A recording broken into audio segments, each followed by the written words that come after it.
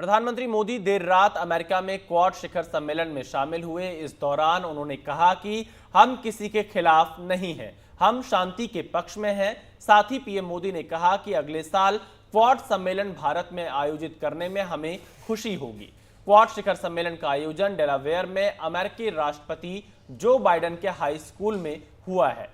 प्रधानमंत्री मोदी का यह दौरा हिंद प्रशांत क्षेत्र में स्थिरता सुनिश्चित करने, सदस्य देशों के बीच सहयोग बढ़ाने, रूस यूक्रेन और इजराइल हमास जंग का शांतिपूर्ण समाधान खोजने और ग्लोबल साउथ की चिंताओं को दूर करने के लिए काफी अहम है। क्वाड शिखर सम्मेलन के एजेंडे की अगर हम बात करें तो इसमें रूस यूक्रेन जंग पर चर्चा के साथ पश्चिम एशिया में तनाव कम करने पर फोकस रहा। हिंद प्रशांत क्षेत्र में क्षेत्रीय स्थिरता पर चर्चा के साथ चीन की सेना और कारोबारी चिंताओं पर भी बातचीत हुई है। विशेषज्ञों के मुताबिक क्वाड के गठन का अहम अघोषित मकसद हिंद प्रशांत क्षेत्र में आने वाले इलाकों में चीन के बढ़ते दबदबे पर लगाम लगाना है। चीन लगातार हिंद महासागर में अपनी गतिविधियां बढ़ाता जा रहा है, साथ ही पूरे दक्षिण चीन सागर पर भी अपना दावा ठोक रहा है। चीन भी क्वाड संगठन को अपने सुपर पावर बनने की राह में रोड़ा मानता है और चीन को डर है कि भारत दूसरी महाशक्तियों के साथ मिलकर चीन के लिए बड़ा खतरा बन सकता है। भारत और अमेरिका की बढ़ती रणनीतिक साझेदारी से भी चीन परेशान रहता है। तो देखिए, प्रधानमंत्री मोदी और बाइडेन की भी ये मुलाकात हुई, द्विपक्षीय मुलाकात, क्वाड की बैठक। लगातार प्रधानमंत्री मोदी जब से अमेरिका पहुंचे हैं, एक के बाद एक उनकी जो मुलाकातें हैं उसका सिलसिला जारी है। हमारे साथ उमाशंकर सिंह और कादम्बिनी शर्मा यहां पर बने हुए स्टूडियो से। उमाशंकर सिंह, अगर हम क्वाड के बारे में सबसे पहले आपसे समझना चाहें, चाइना इससे ज्यादा परेशान दिखाई दे रहा होगा, क्योंकि जिस तरह से अगर हम इंडो पैसिफिक की बात कर लें या फिर जो ये चारों देश एक साथ आए हैं, इनका मकसद है कि एक फ्री और ओपन इंडो पैसिफिक हो, तो कहीं ना कहीं चीन इसमें रोड़ा जरूर बनता है। जी बिल्कुल, और चीन कई बार ये कह चुका है कि ये जो एशियाई नेटो है और वो अपने खिलाफ इस समूह को मानता है। हालांकि बार बार इस समूह की तरफ से साफ किया गया है कि कोई सामरिक मकसद इसका नहीं है। हाँ, जहाँ तक बात है इंडो पैसिफिक की सुरक्षा की, वहाँ पे एक फ्री और एक बिल्कुल निर्बाध गति से तमाम देशों के इस्तेमाल की, तमाम समुद्री रूट्स के, तो उसकी बात करता रहा। और इस दिशा में अगर स्क्वाड मीटिंग में देखें तो कई सारी अहम बातें जो हैं की गई है। ये कहा गया है कि ईस्ट और साउथ चाइना सी में जिस तरीके से दबदबा बनाने की कोशिश की जा रही है, उसके खिलाफ जो है एक जो कदम है उठाए जाने की ज़रूरत है। और साथ ही साथ जो फर्स्ट एवर जो क्वाड एट सी शिप ऑब्जर्वर मिशन जो है 2025 से उसको लॉन्च करने की बात की गई है। तो ये बात चीन को और ज़्यादा दर्द देगा, क्योंकि जैसा कि हमने पहले भी कहा है कि जो मालाबार एक्सरसाइज है, जैसे जो कि ये चारों देश मिलकर करते हैं, जो क्वाड के जो में जो जुड़े देश हैं, तो वो चीन को बहुत ज़्यादा दर्द देता है। उसको लगता है कि कहीं ना कहीं उसके खिलाफ एक सामरिक जो गुटबंदी है वो हो रही है। तो अब जो क्वाड समिट में खासतौर पे जिस तरीके से परमानेंट सीट को बढ़ाने की बात भी की गई है, यूएनएससी के सुधार की बात की गई है, और इसमें उन इलाकों को रिप्रेजेंटेशन देने की बात की गई है जिसकी लगातार मांग उठती रही है, चाहे वो अफ्रीका हो, एशिया हो, लैटिन अमेरिका हो और कैरेबियन हो। तो इसको इसके प्रभाव को, इसके दायरे को बढ़ाने की बात भी है। और जाहिर सी बात है कि चीन जो महाशक्ति बनने की दिशा में अपने कदम बढ़ाता रहा, उसको इससे ज़्यादा परेशानी होगी और आने वाले समय हो सकता है कि उसकी तरफ से कोई एक बयान भी आए इस मीटिंग के बाद। कादम्बिनी, मैं आपके पास भी आऊंगा, लेकिन इस वक्त हमारे साथ हमारे सहयोगी विष्णु सोम सीधे अमेरिका से जुड़ चुके हैं। विष्णु, आज प्रधानमंत्री नरेंद्र मोदी का क्या कार्यक्रम रहने वाला है? और इसके साथ ही, क्योंकि हमने क्वाड में उनके शामिल होने की तस्वीरें देखी हैं, बाइडेन के साथ मुलाकात देखी है, कितना महत्वपूर्ण दौरा अब तक ये रहा है और आज का क्या कार्यक्रम रहने वाला है? करना चाहता हूं, पर सिर्फ ये कहना चाहता हूं कि क्वाड तो एक चीज़ है, पर बायलैटरल जो इक्वेशन है इंडिया और अमेरिका के बीच में, वो बहुत ही अहम है। और आज जो बायलैटरल समिट के बारे में जो रीड आउट है वो काफ़ी महत्वपूर्ण है, काफ़ी एजेंडा आइटम्स हैं उसमें। 2023 में जब प्रधानमंत्री यहाँ आए थे, एक एजेंडा स्टेप अप किया गया था, एक अनाउंस किया गया था सेमीकंडक्टर्स में, डिफेंस रिलेशनशिप में, इकोनॉमिक रिलेशनशिप में। काफ़ी स्तर तक उस इक्वेशन को, उस रिलेशनशिप को बढ़ाई गई है और काफ़ी नए डिसीजंस भी लिए गए हैं। तो उसके बारे में मैं ज़रा बोलना चाहता हूँ। पहले तो प्रेडेटर ड्रोन्स का जो एक्विजिशन प्रोग्राम है वो शायद जारी है और कुछ ही महीनों में शायद ये ड्रोन्स को इंडियन नेवी और इंडियन एयरफोर्स में शामिल किया जाएगा। उसके अलावा एक सेमीकंडक्टर प्लांट इंडिया में बनाया जाएगा। अरेबियन सी में इंडिया और अमेरिका एक साथ मैरीटाइम कॉमर्स को प्रोटेक्ट करेंगे। एक मरीन डोमेन अवेयरनेस का प्रोग्राम भी है जो दोनों साइड एक साथ बात कर रहे हैं इसके बारे में। ये बहुत ज़रूरी है क्योंकि इसका मतलब ये है कि शायद चाइनीज़ पनडुब्बी जो है, चाइनीज़ वॉरशिप्स जो है इंडियन ओशन रीजन में जो तैनात है, उनको ट्रैक करने के लिए इंडिया और यूएस शायद एक साथ काम करेंगे।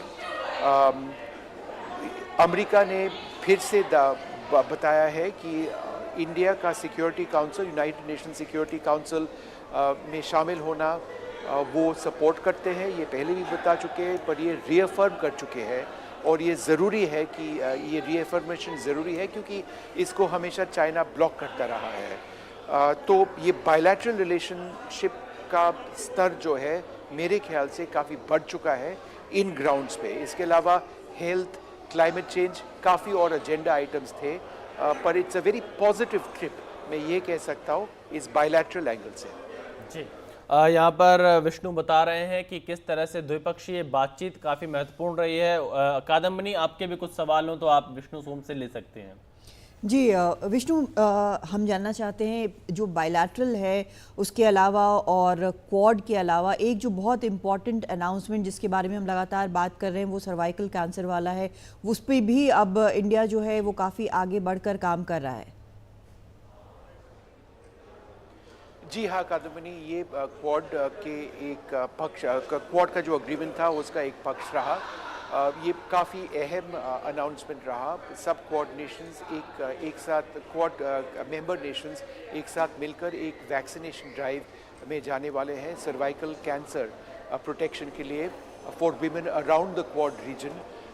तो क्वाड के बारे में जब हम बातचीत करते हैं, हम स्ट्रेटेजिक रिलेशनशिप के बारे में बात करते हैं, डिफेंस रिलेशनशिप, इकोनॉमिक रिलेशनशिप, पर ये जो है सर्वाइकल कैंसर के बारे में जो प्रोग्रेस हो चुका है और ये जो इनिशिएटिव है जो अनाउंस किया गया है, ये काफ़ी अहम है और इसको इम्प्लीमेंट करना शुरू होगा। विष्णु, एक सवाल मेरा है जो पहले भी हमने बात की थी, अभी आपने जिक्र भी किया थोड़ा सा प्रेडेटर ड्रोन का, और पिछले साल डील हो गई थी, प्राइस नेगोशिएशन और दूसरी टेक्निकलिटी जो है वो तय होना है। तो आज जो इसका मेंशन हुआ है, एक जो वाइट हाउस की तरफ से बयान आया है, तो उसको कितना अहम मानते हैं और आपको क्या लगता है कि कब तक ये जो है डील आगे बढ़ पाएगी और कब एक्चुअल में जो भारत के पास ये ड्रोन्स जो हैं वो आ पाएंगे?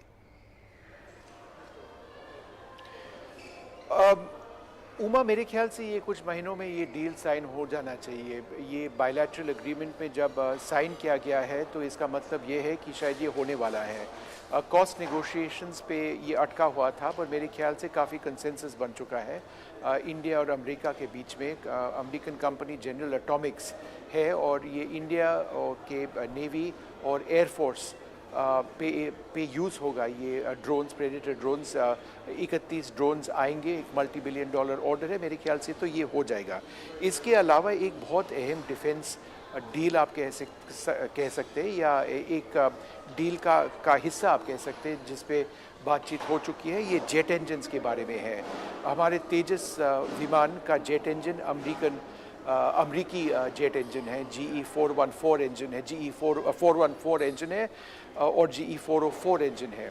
GE 404 इंजन जो तेजस मार्क 1A का इंजन है, उसका सप्लाई चेन में काफ़ी मुश्किल हो चुके हैं, तो उसका डिलीवरी शेड्यूल जो है वो काफ़ी धीमी बन चुकी है। पर आज उस बायलैटरल एग्रीमेंट में बताया गया है कि उसका सप्लाई का स्तर बढ़ाया जाएगा और इसको इंडिया में ट्रांसफ़र किया जाएगा, तो जो डिले हो चुका है काफ़ी हद तक इसको ठीक किया जा रहा है। जी विष्णु, आज प्रधानमंत्री मोदी का क्या कार्यक्रम रहने वाला है, क्योंकि भारतीय समुदाय के लोगों को भी संबोधित करेंगे और कुछ सीईओज के साथ भी उनकी मुलाकात होनी, जो अमेरिकी सीईओज हैं।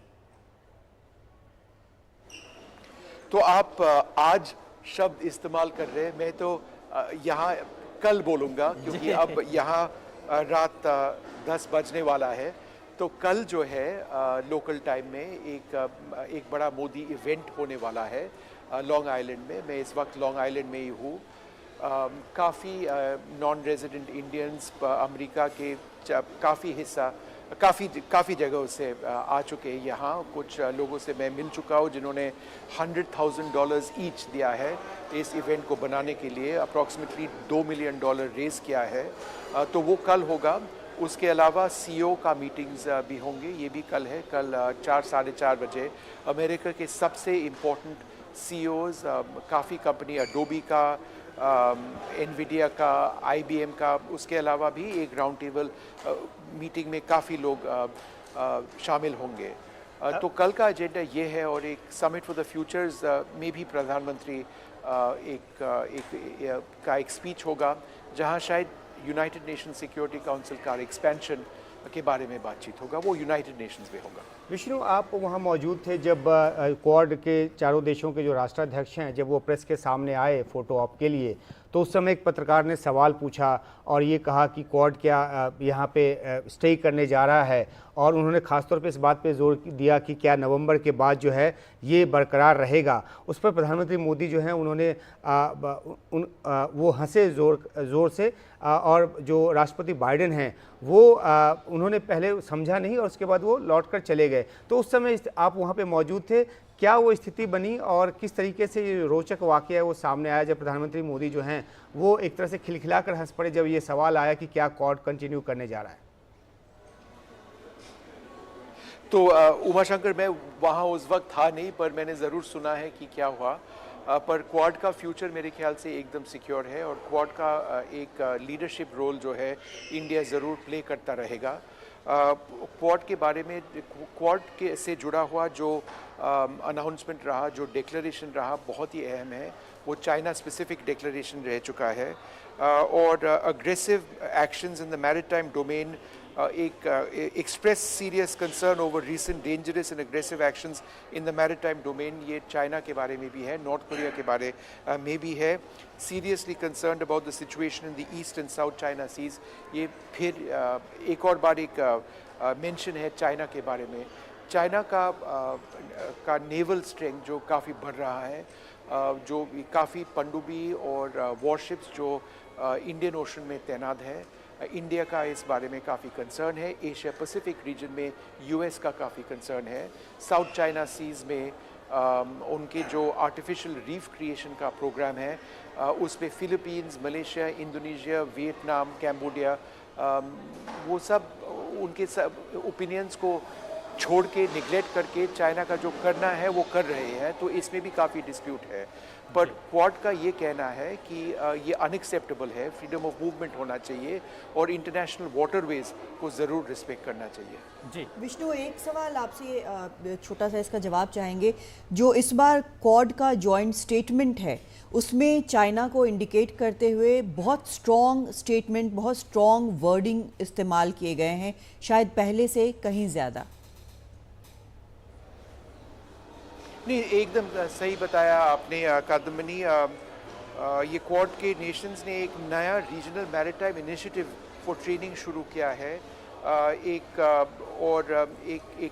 योजना शुरू की है to step up maritime cooperation, और ये डायरेक्ट फोकस चाइना है। क्वाड पहले जैसे क्वाड में काफ़ी एजेंडा आइटम्स होते थे, इकोनॉमिक ग्रोथ होता था, डिप्लोमेटिक आइटम्स होते थे, कल्चरल रिलेशनशिप होता था। पर ये इस बार जो स्ट्रेटेजिक फोकस है वो शायद पहले से ज़्यादा है। और आप सही कह रहे हैं जब आप कह रहे हैं कि ये फोकस जो है एक स्पेसिफिक एंटी चाइना या चाइना को देखते हुए एक फोकस जो बन चुका है इस बार, वो शायद सबसे बड़ा टेक अवे है इस क्वाड सम्मेलन से। जी, तो देखिए विष्णु सोम ने बताया कि कैसे क्वाड शिखर सम्मेलन में चाइना को यहाँ पर बहुत ज़्यादा एक तरह से उस पर नज़र रखी गई है, उस पर भी एक तरह से तमाम कार्यक्रमों की यहाँ पर ऐलान किया गया है। विष्णु सोम ने बताया कि प्रधानमंत्री मोदी का क्या कार्यक्रम रहने वाला है, आगे का भारतीय समुदाय के लोगों को संबोधित करेंगे। टॉप सीईओज के साथ प्रधानमंत्री नरेंद्र मोदी की मुलाकात है। बाइडेन के साथ में पीएम मोदी की द्विपक्षीय मुलाकात हो चुकी है। ऑस्ट्रेलिया के प्रधानमंत्री, जापान के प्रधानमंत्री के साथ अब तक पीएम मोदी की द्विपक्षीय मुलाकात हो चुकी है। उमाशंकर सिंह और कादम्बनी लगातार हमारे साथ बने हैं। सबसे पहले अगर हम द्विपक्षीय मुलाकातों की बात करें, बाइडेन के साथ में, अल्बनीज के साथ में और किशिदा के साथ में, हालांकि सभी क्वाड के सदस्य हैं, अलग अलग भी मुलाकात हुई है, कैसे देखें इन द्विपक्षीय मुलाकातों को? जी देखिए, जो एक सिलसिला चलता रहा इन देशों के साथ परस्पर सहयोग का, तो ये एक मौका रहा कि जब फिर से उसको रिट्रेट किया गया और जो तमाम देश हैं, जो राष्ट्राध्यक्ष हैं, उनकी जब प्रधानमंत्री मोदी से मुलाकात हुई तो द्विपक्षीय रिश्तों को आगे बढ़ाने की जो बात है वो सामने आई। जिस तरह से ऑस्ट्रेलिया के पीएम की तरफ से ट्वीट आया है या फिर राष्ट्रपति बाइडेन की तरफ से ट्वीट आया है, तो सब में यही बात कही गई है कि किस तरीके से जब भी ये मुलाकात होती है तो रिश्तों को आगे बढ़ाने की बात होती है। और ख़ासतौर पे राष्ट्रपति बाइडेन ने तो यहाँ तक कहा है कि किस तरीके से प्रधानमंत्री मोदी के साथ जब मुलाकात होती है तो नए क्षेत्र जो हैं सहयोग के खुलते हैं, और इस बार भी ऐसा ही कुछ हुआ है। तो हमने देखा कि चाहे वो रक्षा सहयोग के मामले में बात आगे बढ़ी हो, चाहे वो वैक्सीनेशन के को लेकर बात आगे बढ़ी हो, चाहे वो द्विपक्षीय रिश्तों को और ख़ासतौर पे आर्थिक रिश्तों को आगे बढ़ाने की जो बात आगे बढ़ी है, तो एक मौका रहा जहाँ पे क्वाड समिट के साइडलाइंस में इन देशों के राष्ट्राध्यक्षों के साथ भी द्विपक्षीय बातचीत हुई और रिश्तों को आगे बढ़ाने की बात हुई है। बिल्कुल। और देखिए, सोर्सेस से कादम्बनी खबर ये भी आ रही है कि जो क्वाड के लीडर्स हैं उन्होंने पीएम मोदी और भारत की लीडरशिप के रोल की सराहना की है, खासतौर पर इंडियन ओशियन के क्षेत्र में। इसके अलावा जापान के प्रधानमंत्री ने भी पीएम मोदी की तारीफ की है और ये कहा है कि कैसे जो ग्लोबल साउथ की आवाज़ भारत यहाँ पर बना है। ऑस्ट्रेलिया के प्रधानमंत्री भी ये कह रहे हैं कि इंडियन ओशियन में कैसे भारत एक महत्वपूर्ण शक्ति है, और साथ ही बाइडेन ने भी यहाँ पर भारत की तारीफ की है। तो क्वाड में भारत ही एक सबसे प्रमुख भूमिका के तौर पर उभर रहा है, अगर इन बयानों को देखें। देखिए, सब यहाँ पर एक दूसरे को सपोर्ट कर रहे हैं। इसमें अमेरिका जो है वो सूत्रधार पहले बना, और भारत जो है क्योंकि अब उसका प्लेसमेंट इस तरह का है, इस तरह का विजन है और इस तरह का एफर्ट है कि भारत बहुत इम्पॉर्टेंट अब रोल यहाँ पर अदा कर रहा है। ये एक इम्पॉर्टेंट फैक्टर देखने वाली है कि क्वाड के जो ये 4 देश हैं क्वाड में होने के कारण करीब आए हैं। चाहे वो टेक्नोलॉजी ट्रांसफ़र की बात हो, जिसमें पहले अमेरिका को भारत को टेक्नोलॉजी को लेकर, ट्रांसफ़र को लेकर थोड़ा हेजिटेशन होता था, समस्या होती थी, वो चीज़ अब गई है। आप देखेंगे बहुत हाईएस्ट लेवल पर वो सब कुछ हो रहा है। अगर आप ऑस्ट्रेलिया को देखें तो पहले से कहीं ज़्यादा ट्रेड या इन्वेस्टमेंट जो है वो सब कुछ हो रहे हैं। आज पीएम मोदी ने जो ट्वीट किया है मुलाकात के बाद, एंथनी अल्बनीज़ी से जो मुलाकात हुई है, उसमें उन्होंने कहा है कि मोमेंटम और आएगा एरियाज़ में जहाँ ट्रेड, सिक्योरिटी, स्पेस, कल्चर, ये सब कुछ है। और आपको ये भी पता होगा कि ऑस्ट्रेलिया में अगले साल चुनाव वो लड़ने जा रहे हैं। फूमियो किशिदा से जो मुलाकात हुई है, आपको पता होगा कि इसी महीने वो अपना पद छोड़ने वाले हैं। पीएम ने लिखा है कि इस इंफ्रास्ट्रक्चर उन्होंने डिस्कस किया, सेमीकंडक्टर्स के बारे में बात की, डिफेंस, ग्रीन एनर्जी, इन सब के बारे में बात की। तो सभी देश जो है एक दूसरे के पूरक है, लेकिन इंडिया एक यूनिक पोजीशन में है जहां पर उसकी जिम्मेदारी और ज़्यादा इंडो पैसिफिक क्षेत्र में बढ़ गई है। विशाल, इसमें मैं एक बात जोड़ना चाहूँगा कि ये जो क्वाड का जो कंसेप्चुलाइजेशन हुआ, उसको अगर हम ये बात पहले भी मैं कह चुका हूँ क्योंकि आपने भारत के इम्पोर्टेंस की बात की, तो ये जो आधार ही बना वो भारत के पोटेंशियल को देखते हुए बना। और ये जब सुनामी आई थी 2004 में, तो उस समय इन 4 देशों ने 14 देशों की जो मदद की, जिस तरीके से तकरीबन 2 लाख लोग उसमें मरे थे और बहुत ज़्यादा राहत की ज़रूरत थी। तो भारत का जो पोटेंशियल उस समय देखा गया, और उसके बाद जो है ये बात आगे बढ़ी कि किस तरीके से इन चारों देशों के बीच एक परस्पर ऐसा एक आर्क बने कि ये आगे भी इंडो पैसिफिक क्षेत्र के देशों की आगे बढ़कर मदद कर सके, और तब 2007 में जाकर ये बात जो है आगे बढ़ी। दूसरी बात यह है कि 2012 में जब राष्ट्रपति शी बने चीन के, उसके बाद उन्होंने जो एक अग्रेसिव पॉलिसी अपनाई, तो ये जो क्वाड का जो कंसेप्ट है वो और ज़्यादा मजबूत हुआ, और 2017 में इस पर मजबूती से औपचारिक तौर पर बात आगे बढ़नी शुरू हुई, क्योंकि उस समय तक चीन काफ़ी ज़्यादा अग्रेसिव हो चुका था। अब जहाँ तक प्रॉक्सिमिटी की बात है, तो जो पूरा हिंद प्रशांत क्षेत्र है उसका सबसे ज़्यादा बड़ा हिस्सा जो है और जो सबसे ज़्यादा नज़दीकी हिस्सा है वो भारत से लगता है, और ऐसे में एक महती भूमिका भारत की बनती है। लेकिन देखने की बात ये भी होगी कि ये जो 3 देश हैं, चाहे अमेरिका हो, ऑस्ट्रेलिया हो, जापान हो, वो भारत पर बहुत ज़्यादा एक जिम्मेदारी रखने की बात तो कर रहे हैं, लेकिन भारत को सामरिक तौर पे उस तरह से मजबूत भी बनना होगा। बेशक ये सामरिक समूह नहीं है, लेकिन अगर चीन के मद्देनज़र उसके बरक्स खड़ा होना है तो भारत की नौसेना को मजबूती देनी होगी, भारत की वायुसेना को मजबूती देनी होगी, भारत की जो निगरानी समुद्र में जो निगरानी की क्षमता है उसको बढ़ाना होगा। और इसी से आप जोड़कर देख सकते हैं जो द्विपक्षीय बातचीत हुई है और उसमें जिस तरीके से 31 प्रीडेटर ड्रोन को भारत को दिए जाने की दिशा में बात आगे बढ़ी है, जिसका जिक्र हमारे सहयोगी विष्णु ने भी किया। तो जोड़कर देखें तो द्विपक्षीय बातचीत हो या फिर क्वाड के भीतर जो बातचीत हुई है उसमें भारत की महत्ता इस बात को लेकर है कि एकमात्र भारत ऐसा देश है जिसकी जो भौगोलिक सीमा है, जो जमीनी सीमा है, वो चीन से लगती है। और भारत के सामने इस बात को लेकर एक दुविधा भी रहती है, क्योंकि भारत ब्रिक्स का भी मेंबर है, एससीओ का भी मेंबर है, जो कि चीन और रूस जो नीत एक जो समूह है। तो ऐसे में भारत के लिए ये जो इंपॉर्टेंस है वो बढ़ जाता है, और तीनों देशों का जो दारोमदार है वो भारत जैसे देश पर सबसे अधिक है। देखिए इसमें विशाल मैं बस 2 लाइन जोड़ देती हूँ कि पहले ये फॉरेन मिनिस्टर्स लेवल पे था, लेकिन जब अहमियत समझ में आई कि इस क्षेत्र का क्या है और कैसे सहयोग कर सकते हैं, तो ये बिल्कुल लीडरशिप लेवल पे हो गया। बिल्कुल। और यहाँ पर अगर आप ये देखें कि किस तरह से पूरी ये बात हो रही है, जो कोस्ट गार्ड जो कोऑपरेट कर रहे हैं, तो ये अब एक संकेत है सीधा कि ये सामरिक दिशा में भी धीरे धीरे ले जाने की कोशिश जरूर हो रही है। संकेत ये मिल रहा है कि शायद सामरिक दिशा में भी ले जाने की यहाँ पर बातचीत हो सकती है।